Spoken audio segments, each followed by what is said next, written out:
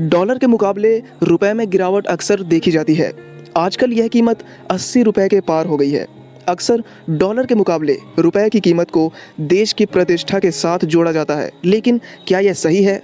आज़ादी के बाद भारत सरकार ने लंबे समय तक कोशिश की कि रुपए की कीमत को मजबूत रखा जा सके, लेकिन उन देशों का क्या जिन्होंने खुद अपनी करेंसी की कीमत घटाई।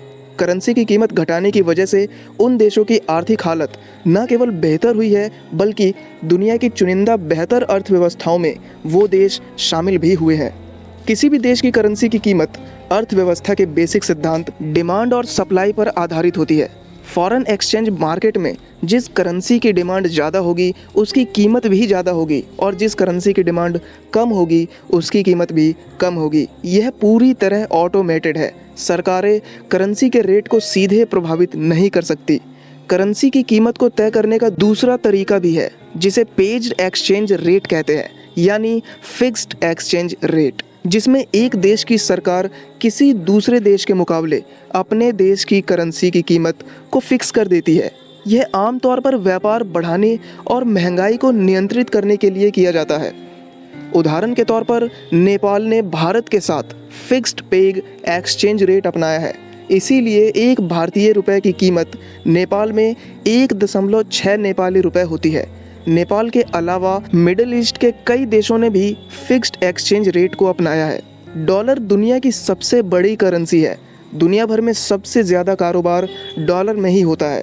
हम जो सामान विदेश से मंगवाते हैं उसके बदले हमें डॉलर देना पड़ता है, और जब हम सामान बेचते हैं तो हमें डॉलर मिलता है। अभी के जो हालात है उसमें हम ज़्यादा इंपोर्ट कर रहे हैं और एक्सपोर्ट कम कर रहे हैं, जिसकी वजह से हम ज़्यादा डॉलर दूसरे देशों को दे रहे हैं और हमें कम डॉलर मिल रहा है। आसान भाषा में कहें तो दुनिया को हम सामान कम बेच रहे हैं और ख़रीद ज़्यादा रहे हैं। फॉरेन एक्सचेंज को अगर आसान भाषा में कहा जाए तो यह एक अंतर्राष्ट्रीय बाजार है, जहां दुनिया भर की मुद्राएं खरीदी और बेची जाती है। यह बाजार डिसेंट्रलाइज्ड होता है। यहां एक निश्चित रेट पर एक करेंसी के बदले दूसरी करेंसी खरीदी या बेची जाती है। दोनों करेंसी जिस भाव पर खरीदी बेची जाती है उसे ही एक्सचेंज रेट कहते हैं। यह एक्सचेंज रेट मांग और आपूर्ति के सिद्धांत के हिसाब से घटता बढ़ता रहता है। करेंसी का डिप्रिशिएशन तब होता है जब फ्लोटिंग एक्सचेंज रेट पर करेंसी की कीमत घटती है। करेंसी का डीवैल्यूएशन तब होता है जब कोई देश जानबूझकर अपने देश की करेंसी की कीमत को घटा देता है, जिसे मुद्रा का अवमूल्यन भी कहा जाता है। उदाहरण के तौर पर चीन ने अपनी मुद्रा का अवमूल्यन किया। साल 2015 में पीपल्स बैंक ऑफ चाइना ने अपनी मुद्रा चीनी युआन रेनमिनबी की कीमत घटा दी थी। करेंसी की कीमत घटाने से आप विदेश में ज़्यादा सामान बेच पाते हैं, यानी आपका एक्सपोर्ट बढ़ जाता है। जब एक्सपोर्ट बढ़ेगा तो विदेशी मुद्राएं ज़्यादा आएगी। आसान भाषा में समझ सकते हैं इसे। 1 किलो चीनी का दाम अगर 40 रुपये है तो पहले $1 में 75 रुपये थे, जो अब 80 रुपये है। यानी अब आप $1 में पूरे 2 किलो चीनी खरीद सकते हैं। यानी रुपए की कीमत गिरने से विदेशियों को भारत में बना सामान सस्ता पड़ेगा, जिससे एक्सपोर्ट बढ़ेगा और देश में विदेशी मुद्रा भंडार भी बढ़ेगा। डॉलर की कीमत सिर्फ रुपए के मुकाबले ही नहीं बढ़ रही है। डॉलर की कीमत दुनिया भर की सभी करेंसी के मुकाबले बढ़ी है। अगर आप दुनिया के टॉप अर्थव्यवस्था वाले देशों से तुलना करेंगे तो देखेंगे कि डॉलर के मुकाबले रुपए की कीमत उतनी नहीं गिरी है जितना बाकी देशों की करेंसी गिरी है। यूरो डॉलर के मुकाबले पिछले 20 साल के न्यूनतम स्तर पर है।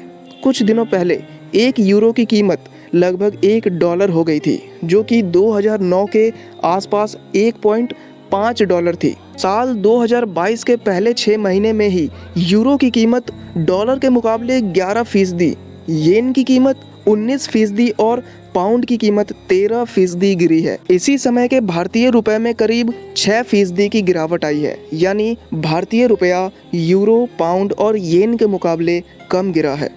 रूस यूक्रेन युद्ध की वजह से दुनिया में अस्थिरता आई है। डिमांड सप्लाई की चैन बिगड़ गई है।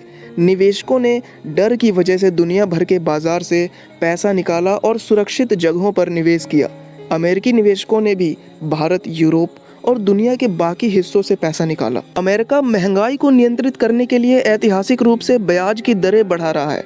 ब्याज दर बढ़ने की वजह से भी निवेशक पैसा वापस अमेरिका में निवेश कर रहे हैं। 2020 के आर्थिक मंदी के समय अमेरिका ने लोगों के खाते में सीधे कैश ट्रांसफ़र किया था। ये पैसा अमेरिकी लोगों ने दुनिया के बाकी देशों में भी निवेश किया था। अब ये पैसा वापस अमेरिका लौट रहा है। दुनिया के ज़्यादातर देश अपना अंतर्राष्ट्रीय व्यापार डॉलर से करते हैं, क्योंकि डॉलर अंतर्राष्ट्रीय मुद्रा है। भारत अपना व्यापार दूसरे देशों के साथ रुपए से नहीं करता है, क्योंकि रुपए अंतर्राष्ट्रीय मुद्रा नहीं है। और एक ये भी कारण है रुपए के कमज़ोर और डॉलर के इतने मजबूत होने का। तो उम्मीद है दोस्तों आपको यह वीडियो पसंद आई होगी। अगर वीडियो अच्छी लगी हो तो प्लीज़ वीडियो को लाइक करें और चैनल को सब्सक्राइब करें।